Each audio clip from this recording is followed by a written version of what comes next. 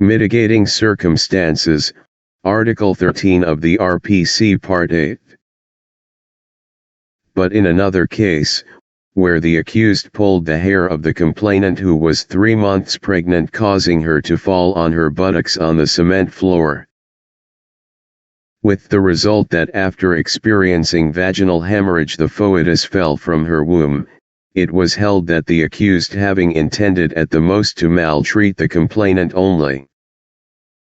The mitigating circumstance in Article 13, Paragraph 3, should be considered in his favor. People v. Flameno. Unintentional abortion is committed by any person who, by violence, shall cause the killing of the foetus in the uterus or the violent expulsion of the foetus from the maternal womb, causing its death, but unintentionally. Article 257. Applicable only to offenses resulting in physical injuries or material harm. Thus, the mitigating circumstance that the offender did not intend to commit so grave a wrong as that committed was not appreciated in cases of defamation or slander. People v. Galán de Bautista. Basis of Paragraph 3.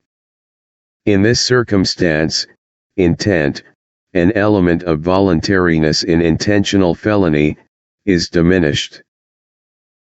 Paragraph 4. That sufficient provocation or threat on the part of the offended party immediately preceded the act. What is provocation? By provocation is understood any unjust or improper conduct or act of the offended party, capable of exciting, inciting, or irritating anyone. Requisites. 1. That the provocation must be sufficient. 2. That it must originate from the offended party. 3. That the provocation must be immediate to the act, i.e., to the commission of the crime by the person who is provoked. The provocation must be sufficient. Provocation in order to be mitigating must be sufficient and immediately preceding the act. People v. Pagel. The word sufficient means adequate to excite a person to commit the wrong and must accordingly be proportionate to its gravity. People v. Navarra. As to whether or not a provocation is sufficient depends upon the act constituting the provocation, the social standing of the person provoked, the place and the time when the provocation is made. Examples of sufficient provocation. 1. The accused was a foreman in charge of the preservation of order and for which purpose he provided himself with a pick handle. The deceased, one of the laborers in the line to receive their wages, left his place and forced his way into the file. The accused ordered him out, but he persisted, and the accused gave him a blow with the stick on the right side of the head above the ear. Held, when the aggression is in retaliation for an insult, injury, or threat, the offender cannot successfully claim self-defense. But at most he can be given the benefit of the mitigating circumstance under the provisions of Paragraph 4 of Article 13. U.S. v. Carrero. 2. When the deceased abused and ill-treated the accused by kicking and cursing the latter, the accused who killed him committed the crime with this mitigating circumstance. U.S. v. Fermo. 3. When in his house the accused saw an unknown person jump out of the window and his wife begged for his pardon on her knees, he killed her. Such conduct on the part of his wife constitutes a sufficient provocation to the accused. People v. Marquez. 4. Although there was no unlawful aggression, because the challenge was accepted by the accused, and therefore there was no self-defense. There was, however, the mitigating circumstance of immediate provocation. In this case, the deceased insulted the accused and then challenged the latter. U.S. versus Cortez.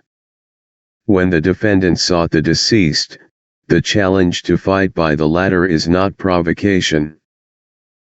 Thus, if the defendant appeared in front of the house of the deceased, after they had been separated by other persons who prevented a fight between them, even if the deceased challenged him to a fight upon seeing him near his house, the defendant cannot be given the benefit of the mitigating circumstance of provocation. Because when the defendant sought the deceased, the former was ready and willing to fight. U.S. versus Mendak. 5. There was sufficient provocation on the part of the victim where the latter hit the accused with his fist on the eye of the accused before the fight. People versus Manansala, Jr. 6. The deceased, while intoxicated, found the accused lying down without having prepared the evening meal. This angered the deceased and he abused the accused by kicking and cursing him. A struggle followed and the accused stabbed him with a penknife. The accused was entitled to the mitigating circumstance that sufficient provocation or threat immediately preceded the act. U.S. versus Fermo. 7. The victim's act of kicking the accused on the chest prior to the stabbing does not constitute unlawful aggression for purposes of self-defense. But the act may be considered as sufficient provocation on the victim's part, a mitigating circumstance that may be considered in favor of the accused. People versus Macarila. 8. Thrusting his bolo at petitioner, threatening to kill him, and hacking the bamboo walls of his house are, in our view, sufficient provocation to enrage any man, or stir his rage and obfuscate his thinking, more so when the lives of his wife and children are in danger. Petitioner stabbed the victim as a result of those provocations, and while petitioner was still in a fit of rage. In our view, there was sufficient provocation and the circumstance of passion or obfuscation attended the commission of the offense. Romero vs. People. Provocation held not sufficient. A. When the injured party asked the accused for an explanation for the latter's derogatory remarks against certain ladies, the accused cannot properly claim that he was provoked to kill. People versus Laud. B. While the accused was taking a walk at the New Luneta one evening, the deceased met him and pointing his finger at the accused asked the latter what he was doing there and then said, "Don't you know we are watching for honeymooners here?" The accused drew out his knife and stabbed the deceased who died as a consequence. Held. The provocation made by the deceased was not sufficient. People versus Neighbora. C.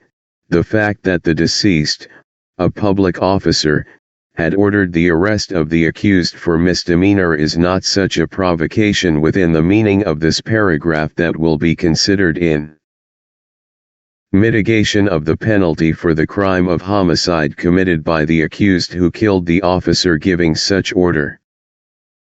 U.S. versus Abidjan. The performance of a duty is not a source of provocation. D. Assuming for the sake of argument that the blowing of horns, cutting of lanes or overtaking can be considered as acts of provocation, the same were not sufficient. The word sufficient means adequate to excite a person to commit a wrong and must accordingly be proportionate to its gravity. Moreover, the deceased's act of asking for the accused to claim that he was provoked to kill or injure the deceased. People versus Court of Appeals, et al. Provocation must originate from the offended party. Where the alleged provocation did not come from the deceased but from the latter's mother,